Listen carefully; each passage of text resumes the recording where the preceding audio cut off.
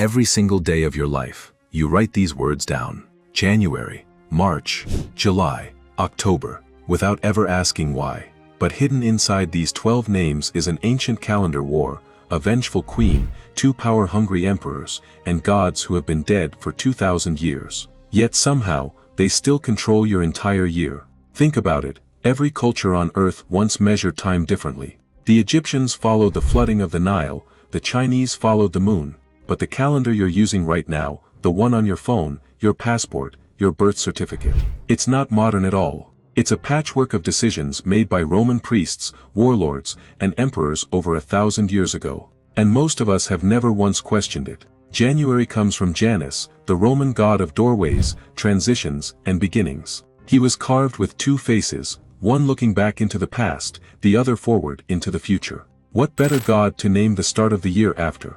February takes its name from februa, an ancient Roman purification ritual. Priests would perform cleansing ceremonies, symbolically washing away the wrongs of the previous year before spring began. March was named after Mars, the Roman god of war. This was once the actual first month of the Roman calendar, a fitting time to begin, since spring meant the start of a new military campaign season. Here's something most people don't know: the earliest Roman calendar didn't even have 12 months. It had 10. The year began in March and ended in December, with roughly 60 unnamed winter days in between that weren't even considered part of the calendar at all. Time, quite literally, didn't exist for 2 months of the year.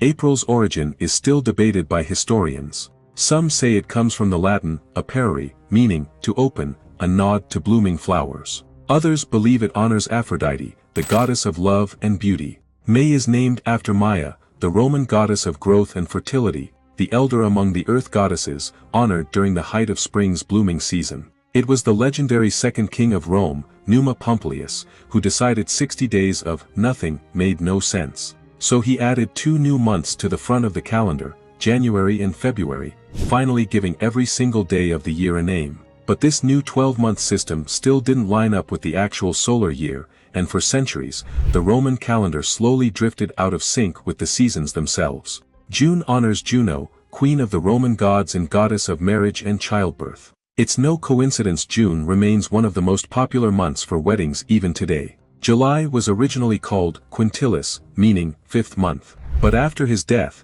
the Roman Senate renamed it in honor of Julius Caesar, the general and statesman born in that very month, who had reformed the entire calendar himself. Not to be outdone, Emperor Augustus renamed the following month after himself too, formerly Sextilis. Legend says he even took a day from February and added it to August, just so his month wouldn't have fewer days than Caesar's. By the time Julius Caesar came to power, the calendar was so far off from the actual seasons that Roman festivals meant to celebrate autumn were happening in the middle of summer.